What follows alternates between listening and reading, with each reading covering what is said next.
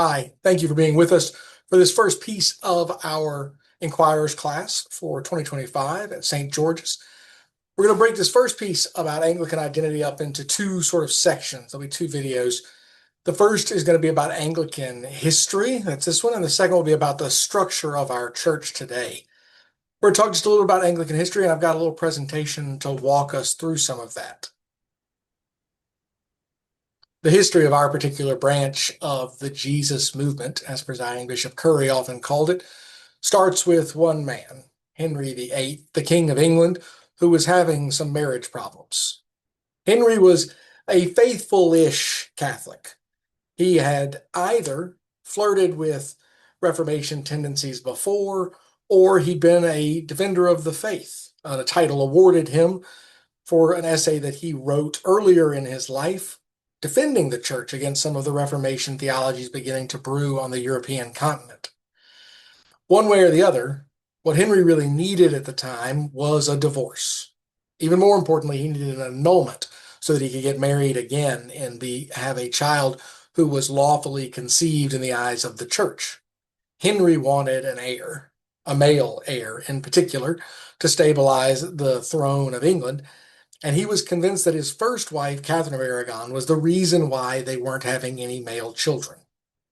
He was also probably convinced to some degree by the power and money the church held in England at the time. The church had been granted or taken at various points in history these large tracts of lands that were held by monasteries and by some congregations, by bishops in different places. And these tracts of land were worked by people, and the goods they produced sold and the money taken up by the church. Then that was shipped off to Rome, not to London, shipped to the Pope as the head of the church, not to Henry as the head of the state. Henry looked at this and almost certainly saw both a problem but also an opportunity. And so Henry started the Church of England, declared himself the head of the church, confiscated all of the lands of the monasteries, took into himself the authority to name bishops. He became an English pope. And to a large extent, that was really the only major difference in the Church of England under Henry. Eucharists and masses continued in Latin. The service would have looked very familiar for the most part to the everyday person. The only really dramatic difference was that Henry, the king, was the person in charge rather than the Pope in Rome. When Henry passed away, his son that he eventually got, Edward VI, was a young child.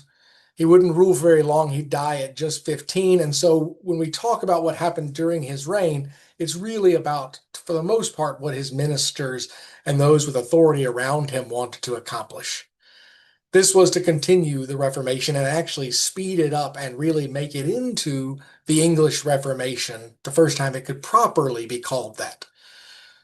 The first prayer book was published under Edward's reign, 1549. But also under Edward's reign was the beginning of persecution of Catholics, those who were still holding fast to their Catholic theologies, their loyalty to the Pope. Clergy would be singled out and punished or persecuted.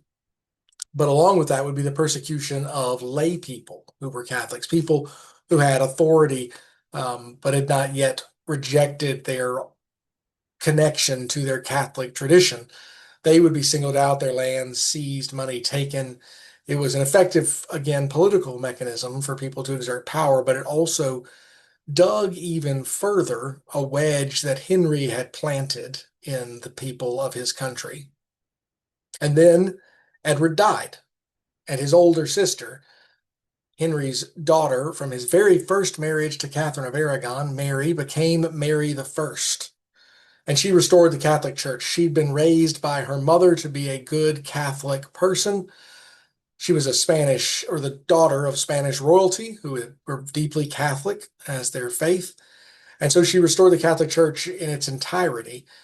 And she flipped the script and suddenly started persecuting Protestants, those who had held positions of power in the Church of England under Edward and Henry, those who had given up their vows to the church, those who had money that she could somehow get her hands on. Suddenly, it was a further driving in of that same wedge that Henry planted and Edward began to drive even further as the persecution was merely flipped on its head.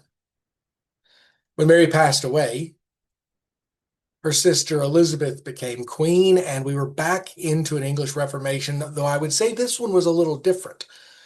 Unlike Henry's in its entirely, and unlike Edward's, which was somewhat principled, but not a huge departure, Elizabeth's would be full of principles, and these would be the principles that would stick with and last in Anglican identity all the way down to our current day.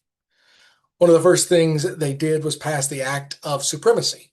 This reestablished the English church, but it also established the concept, the idea as a fundamental policy that churches should have national boundaries.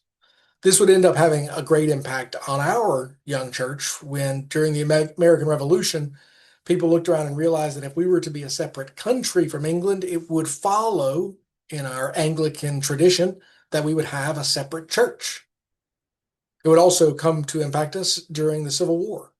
When the Confederate States seceded, they formed a new church, recognizing their identity or claimed identity as a new nation state. This doesn't hold as much anymore as we'll get into in our next section.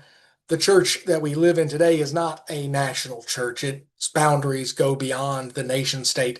But for a long time, this was a central piece, and it causes a ripple effect that we now see the impact of when we talk about our broader worldwide Anglican communion. Another piece of their policy under Elizabeth was the Act of Uniformity. A new Book of Common Prayer was put out. In this Book of Common Prayer, one of the central ideas behind it was the belief that praying shapes believing. That the words we pray, the words we say week after week after week, in some way shape the way we believe. That we are not merely reinforcing things we already believe by saying words, but rather that we are taking on those beliefs to ourselves as we say them over and over again. So one of the pieces of this Act of Uniformity was that every church across the country would say the same prayers every week.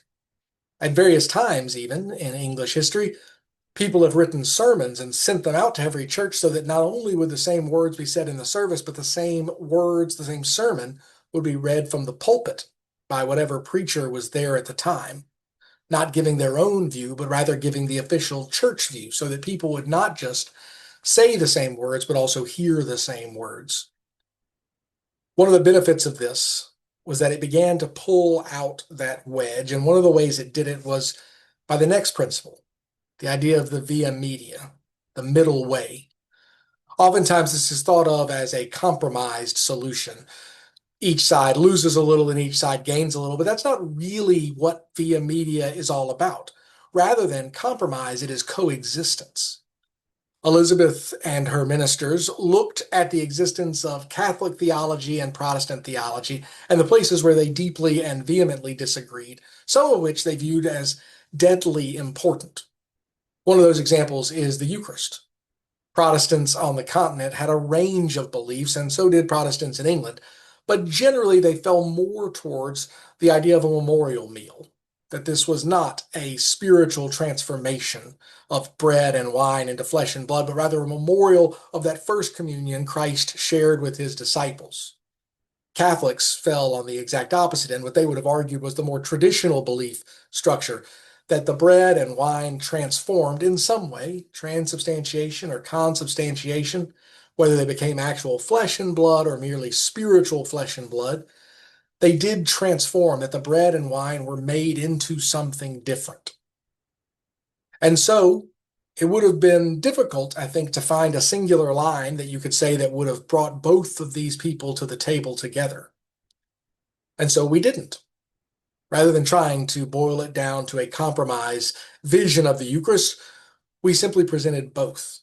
The earliest prayer book and our prayer books today still include elements of both of these theologies, that we are memorializing and remembering what Jesus did with those first disciples long ago, and that we are calling for the very real presence of God here at that table, at this altar, this Sunday, and every other. The Via Media allows for these two, in some ways, contradictory, in many ways, uh, enemy positions, positions that people had just a few years earlier been killing each other over. It allows for people to come to the altar and not have to set aside their firmly held beliefs, but rather bring them both to the altar together and still recognize one another as brother and sister.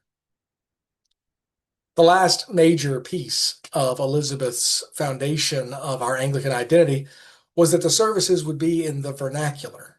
They'd be in the language of the people. This is a tradition that continues into our modern day. You can go into Episcopal churches all over the country and the world and hear the same words said in Spanish or in Korean. I've even been to services like in the Holy Land, where a service might be said partly in English and partly in Arabic to identify with both pieces of a congregation that exists somewhere in the middle of that.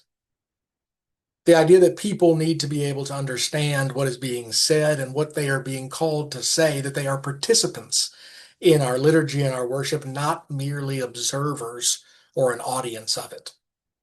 All of these pieces taken together are often referred to as the Elizabethan settlement, her method of putting to rest the question of this English church and what its identity would look like going forward.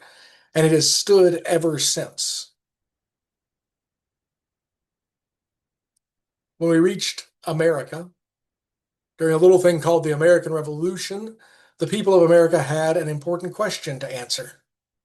We'd long been colonies in England, and so the Church of England was all over the 13 original colonies and expanding westward. And yet, if we were going to be a separate nation state, didn't that mean we needed to have a separate church? At the very least, didn't we need to consider that maybe we shouldn't be praying for the health of the king and for the armies and conquests of England every week? So we took our new name for our new church from episkopos. It's the Greek word for bishops, because the bishop was going to be the foundational cornerstone of our church. One of the major differences between the Episcopal Church and the Church of England is the Church of England is fully hierarchical. It's really a pyramid all the way up to the top, where you get to the top and there is the king in the place that the Pope used to be. In our tradition, the Episcopal Church, the bishops as a whole are at an equal level, one not over the other. Even the presiding bishop for a long time was simply the longest serving bishop. Now, though they are elected, they are not regarded as authorities over other bishops, but rather it's only when the body comes together that they can exercise authority over a bishop. We maintained, though, the Book of Common Prayer, the vernacular in our services, the use of via media in the way we speak together and come together even in conflict. But then we added some American twists to our structure. Rather than appointing bishops and having them confirmed by Parliament, as was the method in the Church of England, we moved to an election of bishops, the people of the diocese gathering together to elect their bishop. We also have a bicameral legislative house to adopt new rules and policies, reflecting that same bicameral legislative structure that exists in the United States Congress.